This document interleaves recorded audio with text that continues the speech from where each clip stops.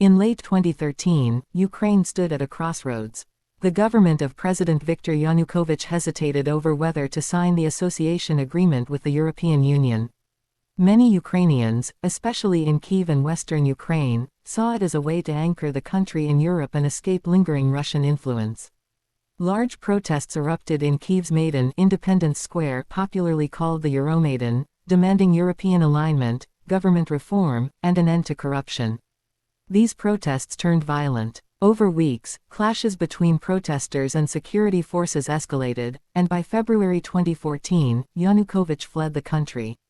A new government was installed.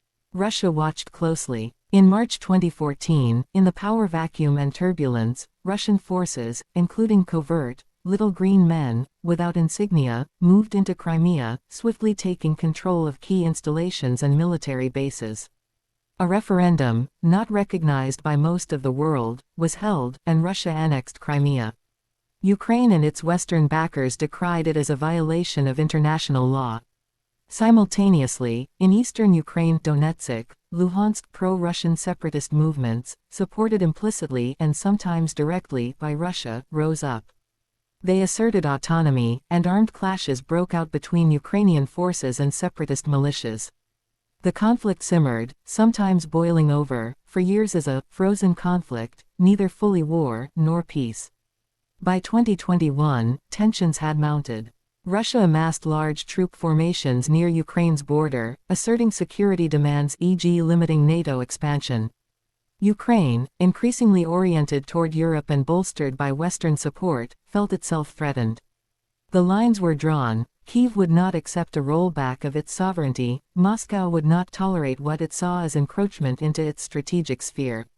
Then, on February 24, 2022, Russia launched a full-scale invasion of Ukraine from multiple directions, from Russia itself, via Belarus, and from occupied Crimea. The Kremlin termed it a special military operation, claiming goals of demilitarization or denazification. But to many observers, it was a bid to reassert control over a country that Moscow regarded, in part, as its historical and strategic domain. The initial Russian thrust expected a quick victory, capturing Kyiv in days, overthrowing the government, perhaps installing a puppet regime. But Ukraine resisted with determination. Cities held, supply lines stalled, international sanctions on Russia tightened. The war quickly bogged down into grueling battles across multiple fronts. Russian forces withdrew from around Kyiv after months of fighting and refocused in the east and south. Meanwhile, Ukraine launched counter-offensives. The battle for control of territories, especially in Donetsk, Luhansk, Kharkiv, and the south, including parts of the Zaporizhia and Kherson regions, became fierce, with shifting gains and heavy losses on both sides. Infrastructure, power plants, bridges, hospitals was repeatedly hit, and civilian suffering mounted. Throughout these years, the war also became one of narratives: information warfare, international diplomacy, aid and weapons delivery, sanctions, and support from NATO and the EU. Ukraine increasingly framed the conflict as a defense of democracy and national freedom. Russia framed it as security necessity and protection of Russian speakers. As the war dragged on into late 2022, 2023, and beyond, each side adapted. Ukraine, battered and resource-strained, received increasing support from Western nations: money, artillery, air defense systems, drones, training. Russia, although resource-rich, faced constraints, sanctions, logistical challenge, loss of manpower, and internal political pressure.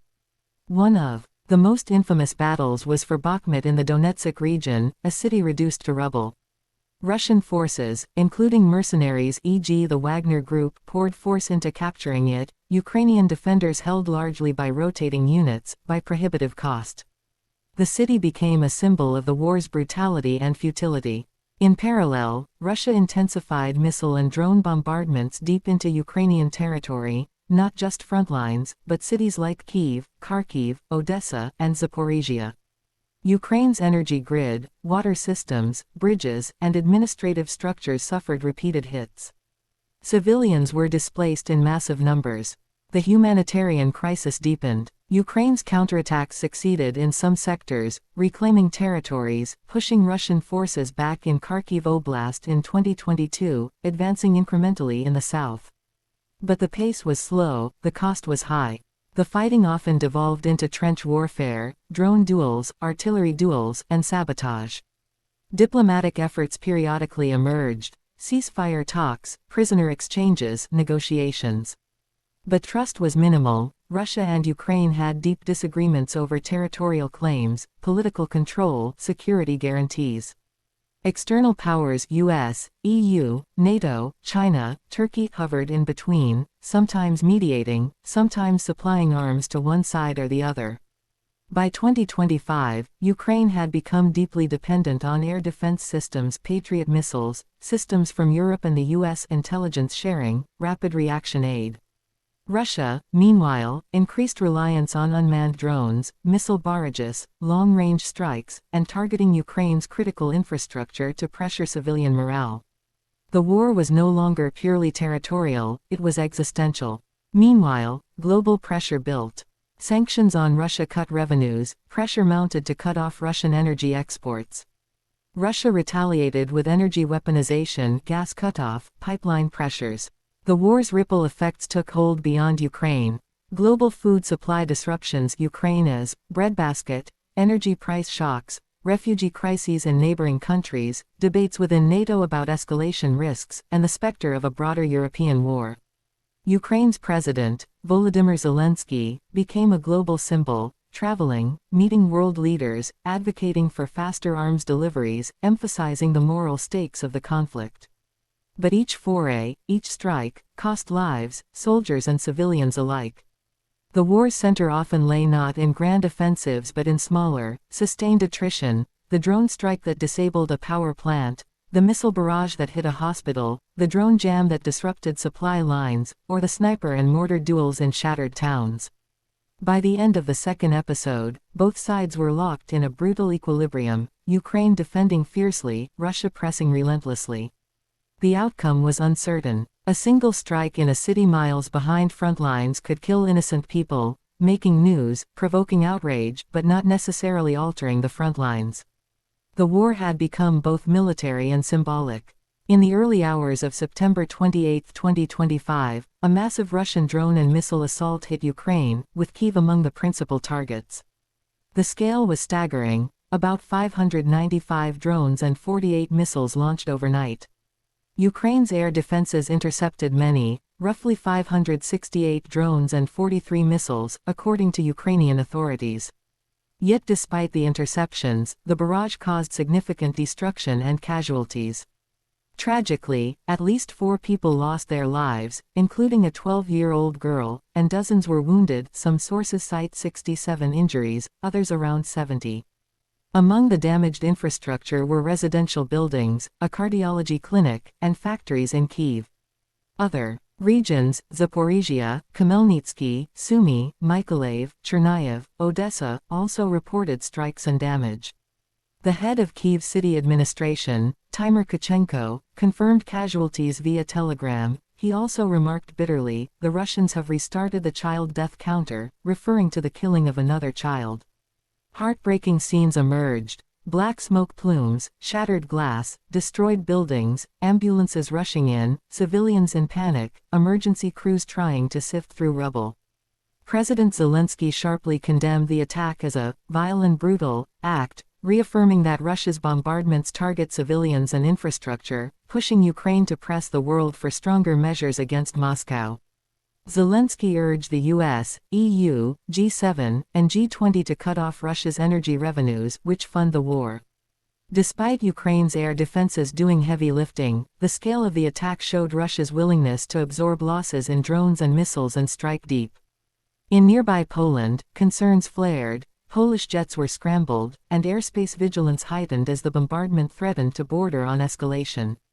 Russia claimed the strikes hit only military infrastructure, but such claims were challenged by the civilian damage and loss of life. For the 4 who died, their loss was personal and irreparable. Among them the child, whose life ended prematurely in a conflict not of her making, A brutal reminder that, despite all strategy and force projection, war's victims are often ordinary civilians. The grief in families, neighborhoods, and across Ukraine's communities deepened.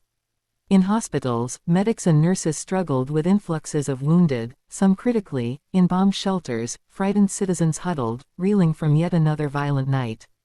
The broader impact is chilling. Each such attack corrodes morale, shakes confidence in safety, burdens infrastructure, and sows fear. It complicates reconstruction, relief, and governance. It sends chilling signals that no city, no home, is entirely safe. And yet Ukraine endures, rebuilding under fire, urging further international support, trying to maintain resilience and unity even as the war grinds on. Looking ahead, this assault may prompt sharper responses, more sophisticated air defense systems, more diplomatic pressure, or deeper economic penalties on Russia. But it also risks escalation. Russia could widen attacks, Ukraine might escalate counterstrikes, and the fear of spillover into neighboring states looms. This moment, 4 lives ended, cities battered, the night ringing with alarms, is a microcosm of the conflict's relentless cruelty. It affirms that this war is not just about territory and strategy, but also about hearts, lives, and the fragility of peace. The United States has been one of the most decisive external actors in the Russia-Ukraine war. From the start of Russia's full-scale invasion in February 2022, Washington framed the conflict not only as an attack on Ukraine's sovereignty but also as a challenge to the global order, democracy, and NATO security. The U.S. quickly mobilized military, financial, and diplomatic support. Militarily, it became Ukraine's largest arms supplier, providing advanced systems such as HIMARS rocket launchers, Patriot air defenses, Abrams tanks, drones, and intelligence sharing. Billions of dollars in security assistance helped Ukraine resist Russia's larger forces and defend key cities. The U.S. also trained Ukrainian troops in Europe and on American bases. Economically, Washington coordinated with allies to impose sweeping sanctions on Russia, freezing assets, restricting energy revenues, cutting technology transfers, and targeting banks and oligarchs. These measures aimed to weaken Moscow's war machine, while signaling global isolation. Diplomatically, U.S. leadership rallied NATO and EU allies to maintain unity, expand sanctions, and strengthen the alliance's eastern flank. The war accelerated NATO's cohesion, with new deployments in Poland and the Baltics, and paved the way for Finland and Sweden's accession. Yet the American role has limits. U.S. leaders have tried to balance robust aid with caution, avoiding direct confrontation with Russia that could spark escalation or nuclear risks. Debates inside the U.S., between strong advocates of aid and critics concerned about costs, have shaped the pace and scale of assistance. Overall, America's role is both strategic and symbolic, enabling Ukraine's defense, containing Russian aggression, and demonstrating commitment to allies, while also testing Washington's ability to sustain long-term support in a complex, grinding war.